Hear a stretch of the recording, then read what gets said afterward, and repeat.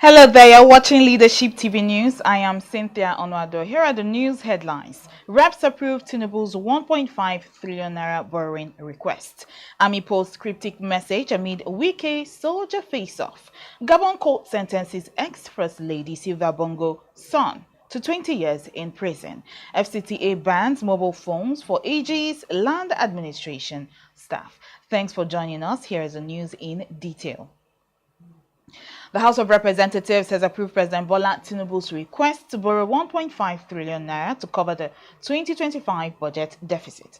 The deficit rose after an increase in the budget size beyond previously approved revenue and borrowing plan.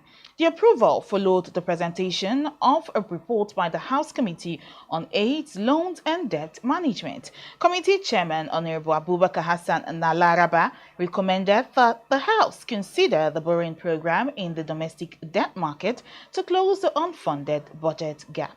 President Tinubu had formally requested the approval in a letter to the Speaker, citing Section 44 of the Fiscal Responsibility Act, which requires National Assembly approval for new federal borrowings. According to the letter, the National Assembly had passed a 59.99 trillion naira budget, an increase of 5.25 trillion naira from the executive proposal, creating an unfunded deficit of over 1.14 trillion naira. The borrowing will allow the government to finance ongoing projects and cover the shortfall in the 2025 budget, ensuring continuity in key programs. In other news stories, the Defense Headquarters has posted a cryptic message on social media emphasizing the words unshaken, unset, unbroken. The message came late Tuesday following a heated confrontation in Abuja between the Minister of the Federal Capital Territory FCT, Nyesom Wike, and Naval Officer Lieutenant A.M. Yerima over a disputed land. In a flyer shared on the Defense Headquarters official X account, the military stressed that it is an honor to serve in the Nigerian military, prompting widespread discussions online.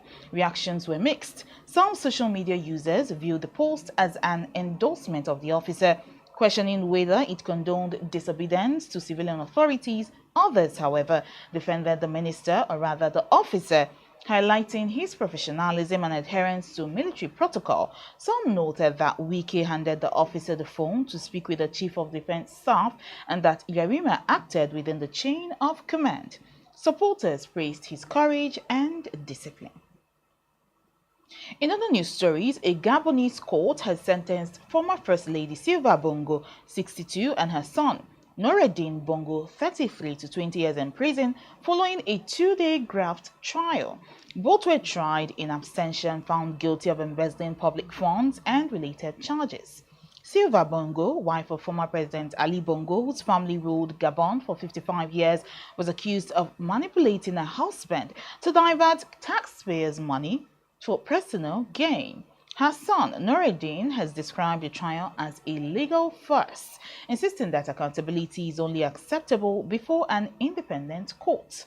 The former president, toppled in a coup on August 30, 2023, is not facing prosecution.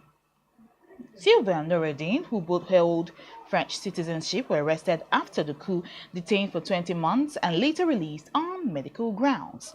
They alleged they were subjected to torture during detention. 10 former allies of the Bongos are also on trial, charged with complicity in embezzlement. Prosecutors say evidence points to a systematic diversion of public funds for private use. The Bongo family has filed a lawsuit in France accusing the new government of influencing the courts and orchestrating their conviction. The current president, General Brice Oligui Nguema, has denied the allegations and pledged a fair trial. And now to the Federal Capital Territory, who has banned the staff, or rather the Federal Capital Territory Administration has banned staff of the Abuja Geographic Information System, AGIS, and the Department of Land Administration from using mobile phones in the office. A directive targets officers on salary grade level 14 and below and takes effect from Wednesday, November 12th. An internal memo circulated by the Aegis management titled Ban on Use of Mobile Phones Within the Office Premises for Officers on Salary Grade 14 and Below states that affected staff are no longer permitted to enter office premises with their mobile phones. The memo urges strict compliance, warning that staff must adhere to the new rule. The policy has sparked mixed reactions within the FCTA, with some staff describing it as unusual and too restrictive. The reason for the ban has not been officially disclosed, though it comes just a day after the FCT minister Nyesom Wike's public confrontation with a naval officer at a disputed land. That's all the news we have for you on Leadership TV. For more of our news stories, you can log on to our website www.leadership.ng. Thanks for watching. Thank you for watching. For sponsorship and advert placements, please contact 080-3688-6158. Last Word Leadership Podcast Studio. You have the last word.